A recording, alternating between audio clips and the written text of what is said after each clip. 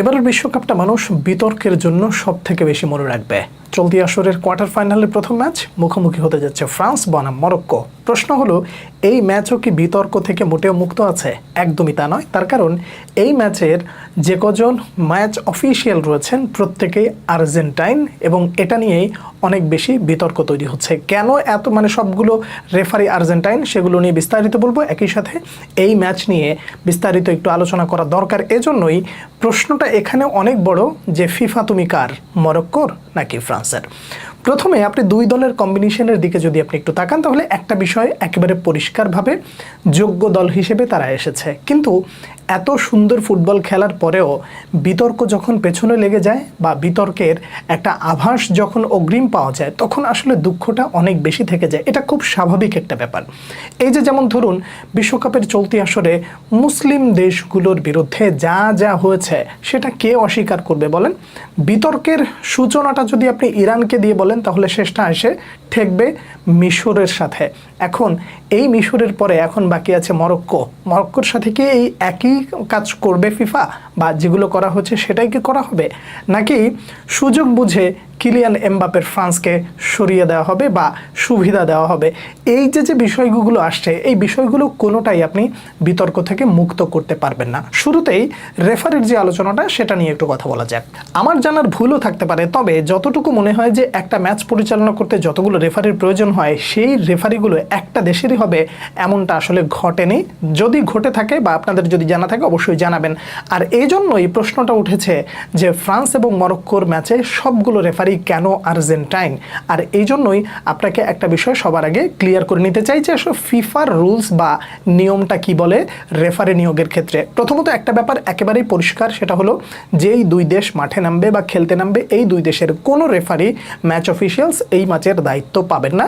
তাহলে একটা বিষয় ক্লিয়ার হয়ে গেল যে রেফারি যারা আসবেন তারা ভিন্ন একটা দেশের হতে হবে। প্রশ্নটা এখানে তাহলে কেন আর্জেন্টাইন? দেখুন, একটা বিষয় একেবারেই পরিষ্কার, বা আপনারা যারা কম বেশি খবরাখবর রাখেন তারা জেনে থাকবেন যে ম্যাচ পরিচালনার ক্ষেত্রে যে রেফারিরা থেকে থাকেন তাদেরকে আসলে কখনো কখনো একই দেশের 3 জন থাকে, একই দেশের 2 জন থাকে, আবার কখনো কখনো মেইন যে রেফারি তিনি থাকেন এক দেশের, বাকিটা থাকেন আর এক দেশের। এই যে একই দেশের বিভিন্ন রেফারিকে এক করা হয়, এটার মেইন যে সূত্রটা হলো যোগাযোগ, ম্যাচ পরিচালনার ক্ষেত্রে ভাষাগত ব্যাপারগুলো যেন মিল থাকে, যে কারণে একটু সুবিধা হয়। এই সুবিধার দিক বিবেচনা করে তাদেরকে কম বেশি রাখা হয়। এটা উয়েফাতেও হয়েছে, ফিফাতেও এটা হয়, এটা নতুন কিছু না। কিন্তু প্রশ্নটা আসলে থেকে যায় যে ফিফা এই বিশ্বকাপে যেই পরিমাণ বিতর্কের জন্ম দিয়েছে, সেই বিতর্কের জায়গায় প্রথম যে কারণ, সেটা প্রথম নাম্বার যে জায়গাটা, সেটা হলো মুসলিম দেশের বিরুদ্ধে বা যারা খেলতে আসছে তাদের বিরুদ্ধে যেই ধরনের আচরণ করেছে, সেটাকে আসলে আবার পুনরায় হবে কিনা, এটা যেমন একটা প্রশ্ন। আবার ফ্রান্সকে ফাইনালে তুলতে না দেওয়ার জন্যই কি আর্জেন্টিনার এই রেফারিদেরকে এখানে নিয়োগ দেওয়া হচ্ছে?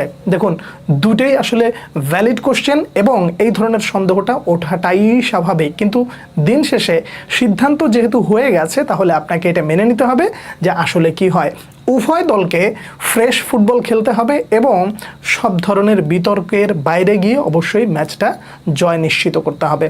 এবার আসেন দুই দলের সমন্বয় এবং বর্তমান পরিস্থিতি নিয়ে। মরক্কোর কথা যদি বলি, তাহলে একটা পরিষ্কার বার্তা, তারা একটা জিনিস সবাইকেই ক্লিয়ার করে দিতে চেয়েছে যে দুনিয়া এদিক সেদিক যা হয় হোক, আমরা আসলে আমাদের ন্যাচারাল ফুটবলটা মন প্রাণ দিয়ে খেলতে চাই।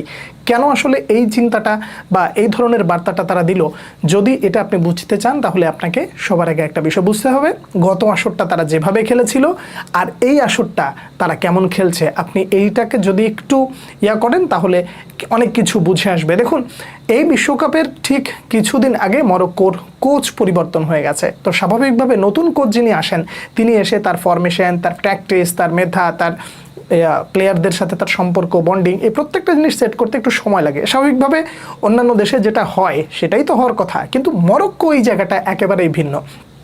কোচ যেই আসুক না কেন, আমরা আমাদের সুন্দর ফুটবলটা বা ন্যাচারাল ফুটবলটা খেলতে চাই। অন্য কেউ আসলে কেমন করবে সেই আলাপ পরে। এখন যিনি